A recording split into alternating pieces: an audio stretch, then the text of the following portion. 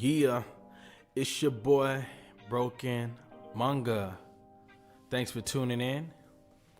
So today what I'm going to get into is I'm going to help you guys out a little bit, man. I had some people request just a basic face frontal view drawing. So what we're going to do is just do the basics. And you can also check guys out like Mark Crilly or White Manga, and there are other guys out there that have a lot of tutorials similar to this. So I'm just gonna do the same thing. And I started off with a circle, and what I do is it's like a foundational circle, which is almost like the cranium of the head, and then I go straight down the middle. And when I go down the middle, I go right down the middle so I can section out where I want the eyes and where I want the ears and the mouth to position from. So here it looks like yeah. So I'm going into detail. Apologize about the lighting on the actual video. It's kind of hard to see, but once I get to inking it, you'll see exactly what direction I went to. Yeah. So with no further ado, before we go any further, if you guys can smash that subscribe button and hit that notification bell just so you can get future updates on what I'm doing. I'm going to be doing a lot of videos coming up. I'm trying to really get my platform up. And if you guys don't know, I'm also known as Broken Prodycal. I'm a musician, a rap artist. And other than that, we're going to talk about manga.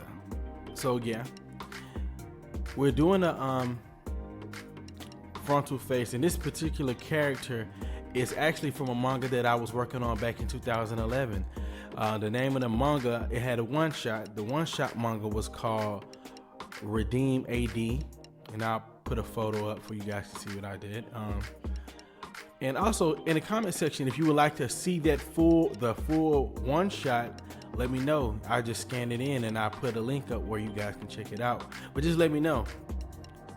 Anyway, so from the one shot Redeem AD, which was it was based off a character named Aaron, and Aaron was basically evangelical who went to go preach out the message. And in that particular location, they were located in an area I created called Azania, which is almost like Asia, but it was called Azania. Anyway, in there was a guy named Hirohiri who was like the evil ruler who was trying to stop everybody from believing in God. And he had a message to preach the gospel to these people who were being enlightened. And in that time period, they started to use military force to break ranks and get these people to stop preaching the gospel. And it got to the point to where he ordered somebody to blow up the very building where they hide out at. And when he blows up the building, Aaron makes it out alive, and he asks God to avenge or to help his people in this time of despair. And the angel Gabriel comes to his aid, and Yorihito summons a humanoid demon to fight the angel. So the angel wins, long story short. But I have these panels if you guys want to see it. So this was a one shot to a manga that I was working on that is called Grigel Shalom, which his name meant wind peace. So on here you're gonna see he actually, what he's wearing right now is like a jacket, but over it is a fleece that Aaron from the one shot wears, because eventually that character I think I might have it to where that character may die off, or he may pass the baton of this the gospel down to his counterpart, who he was one of the people he was ministering to that ended up becoming a believer. So the story in Grigel Shalom is gonna be a team of three. It's gonna be Grigel, which is the guy I'm drawing right now. Grigel is he's a prayer warrior. He's an intercessor similar to Aaron. And there are going to be other characters that can do many other things as far as gifting. One person will be a healer. One person will be able to, like when he speaks, angels really move on command. One person will be able to like have the power of influence. And I was just gonna use like, you know, these cool storytelling tricks to get you guys to see real life things in an anime form. So yeah, so now we're down to the point of inking, and I'm going over it so you can kind of see exactly what direction I went to. So just some things that I do after, you know, I go over it with ink. You know, I choose like the thinnest ink. I think that was like a 0.1 that I went over first. And I kind of just try my best to do inking, going over a line as precise as I can, but not really stressing it too hard. That's just my style.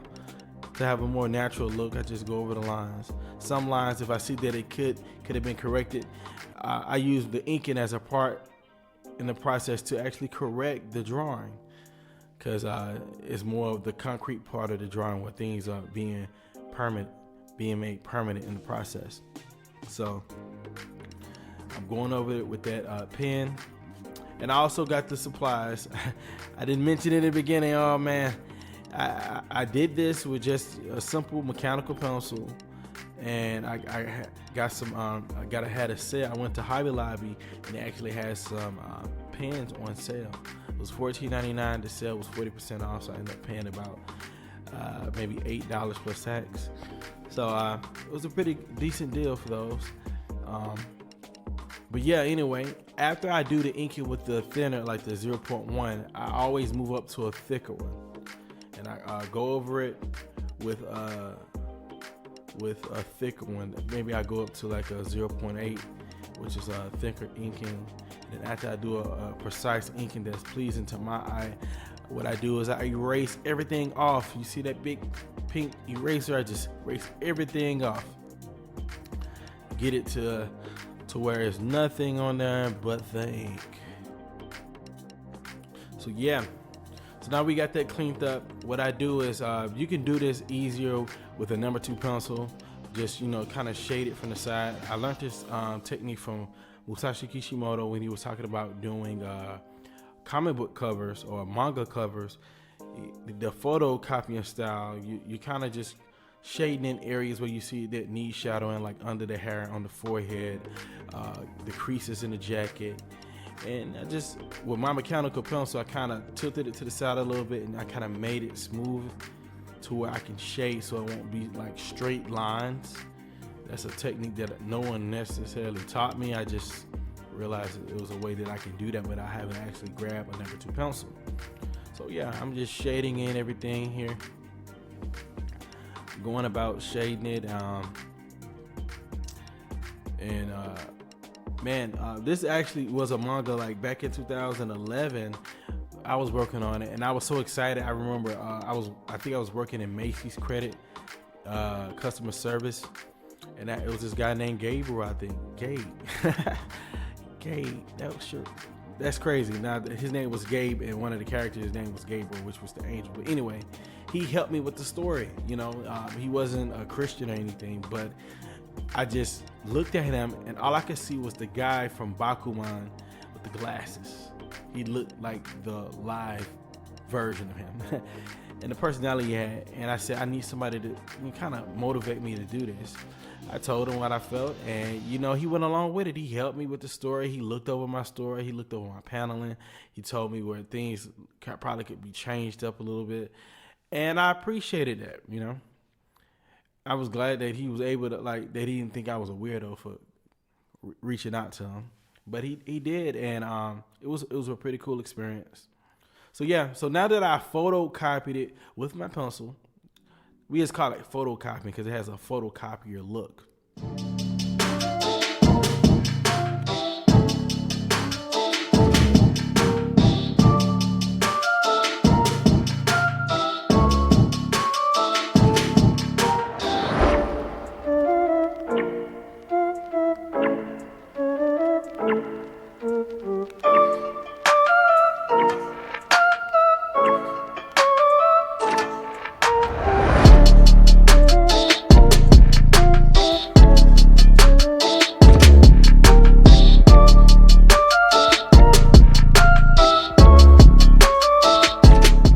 So the next thing that I'm going to do, I'm going straight to the printer, and I'm going to make a copy of it. So you see, that's the copy, that's the original.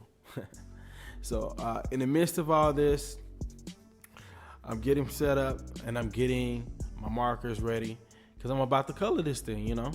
I know that you didn't just come to my channel to see some black and white picture, right? Yeah. Anyway, so I'm back in my bag with the coloring. So I'm coloring under the in areas where I know I like to kind of just jump around. It's not, I don't just color in one spot. I color in many areas because I think about the lighting and how would it appear on my character if he was in front of like some kind of light. I don't like to just flatly color it. I've mentioned this before. So I kind of jump around. I'm around the neck, under the hair. And I always use a lighter marker first. So it's like a peachy color here. I don't have the numbers in front of me. Yeah, but it's a light peach color, and then later on I'm gonna go in with a darker shade.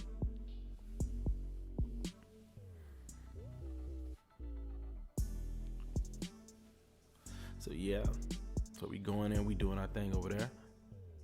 So guys, if you like it, just make sure you hit that like button. You know, a lot of times we get to watching stuff and I see people watching, but they don't necessarily like it. And it's not because they don't like it. It's just, it happens to me. I find myself doing it on social media. I scroll through on Instagram and I like a post and I scroll on and I don't even smash the heart. So it helps the channel when you guys can actually put a like and a thumbs up for me and subscribe and let a friend know. If you have an artistic friend that you feel like this could help, share this with them. So yeah, I'm going in with the darker marker like I mentioned before, and I'm hitting them same areas that I feel like it'll be darker.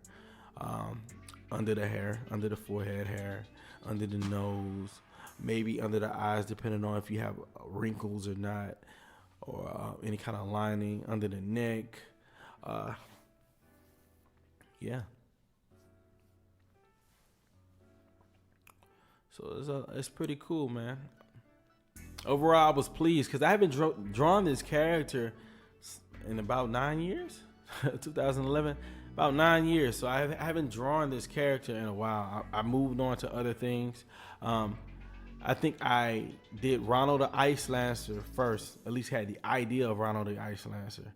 And then I stopped working on him because I wanted to make another one that I can send. Like I wanted to send in a manga to this Japanese, basically, Shonen Jump was doing this contest, but it was only for Japanese people. I didn't know, but some kind of way, I got all the contest rules and everything, and I wanted to send it in and see if I could, do my thing with that one shot. But I unfortunately I never got a response. They probably looked at me like, you really didn't qualify for this contest, or it was for people in this prefecture and you're out of the States. I don't know, but I sent in my one shot. It was a 3-episode one shot. I still have it, and I might just go and post it just for the sake of this particular thing. When I get the link, I might update it into this video, so maybe you can come back later on and see that the link will be there once I get everything scanned in. If you're watching it on time, it's not there. But if you're watching this and it's later on in 2020, I probably have the link up so you guys can check out that one shot on my website. But yeah, so just going on. So the original color that he wears is like this teal color, and the green that I chose, it was like a pale green. But eventually I go back over it to kind of bring that teal color back. I thought the marker would have been lighter. The teal is actually darker than that pale green. So I just found a way to complement the colors and blend them in a little bit better. Yeah. But I did that. I did it, and I was happy. And when I was happy, it was the first time that I actually did something in the art realm, like a comic, and completed it. I had help as far as the storyboarding and people telling me how to do things, but as far as me completing, I got it done. I was so motivated, and so now I'm trying to get back to that feeling and past that feeling, because it's in me now that I know how to draw a lot better than I did. I'm like, man, dude, you gotta do it. And that's all it is, man. For you guys who are out there, you're entrepreneurs, or you have some kind of gift and you see the vision but you just can't get started, man. sometimes you gotta just lunch out there and do it. Just do it. You know, the only thing stopping you is you. And sometimes the inspiration comes in the doing. It's almost like it's just laying dormant, and we procrastinate and we hesitate and we think that we're not at the level that we should be, but we'll never get there if we're stagnant. So you got to push forward, move through whatever your calling may be, whatever you might be into something other than art. It could be something in a more direct realm, dealing with financial money or whatever. But if you feel like you've been called or you've been purposed or your life is positioning you towards something and you have a desire to do it, I say launch out and do it. Ask questions. I've been teaching my kids that. Ask questions on things that you don't understand. The people who succeed aren't necessarily succeeding just because they all knew the right people and they looked up. Sometimes they ask the right questions to get to the right places. And I'm also taking that drive that I have for my music and I'm incorporating it in this gift. Because the drive that I have for my music, I went from like not having any studio equipment to like literally writing verses and recording them on my phone and finding a way to email the vocals to my computer and downloading some cheap software to actually building a real studio and just being over prepared. You know what I'm saying? Over prepared and punctual with that particular gift. Because in that particular gift, you know, even with featuring, if someone features me to a song, it doesn't take me long to do it. I just knock it out and I send it to them. They're usually shocked about how quick I work. But it's because when I take something serious, I don't just do it halfway. I go all the way in with it. So I'm incorporating that even with my art. When people ask me to do a commission or if I have a deadline to do something, I go on and knock it out. And I want to put 100% in it. You know, we all have things in our life where we don't necessarily put 100% in it. We just do a good job, but we do the bare minimum. And I'm suspect of that, especially in school, man. I would do just enough to pass. And as I became an adult, I was like, man, that sucks. To give people like 80% when you know you can do 100 or 120. I thought it was just getting by, but you know, those things can fall on you and have you, you know, not putting your best foot forward. So I started putting my best foot forward and I've been getting results that I like. You know, people have been responding, people are appreciating the organic feeling of me starting these things up as far as my YouTube or my music and my art and every facet, even my gaming channel. People are starting to accept, like, yo, you know, he's really good at doing these things. Like, he's a good speaker, or he knows what he's talking about. It is not because I'm, you know, perfect and I got it all together, by no wise. Really, it's honestly, these are things I enjoy. And when you enjoy something, you can get passionate about talking about it. And I enjoy art. I've been drawing since I was in kindergarten. So, I feel like to not use this gift would be a waste. All those times, those hours as a kid, imagining my characters being in an anime and in a cartoon, I feel like it'd go to waste. And a lot of the people that I used to draw with no longer draw or haven't, you know, they're not taking it serious, or they didn't take it serious, or they just looked at it as a simple hobby. So there's a lot of talent where I grew up. So I don't want to be one of the ones that didn't use the gift.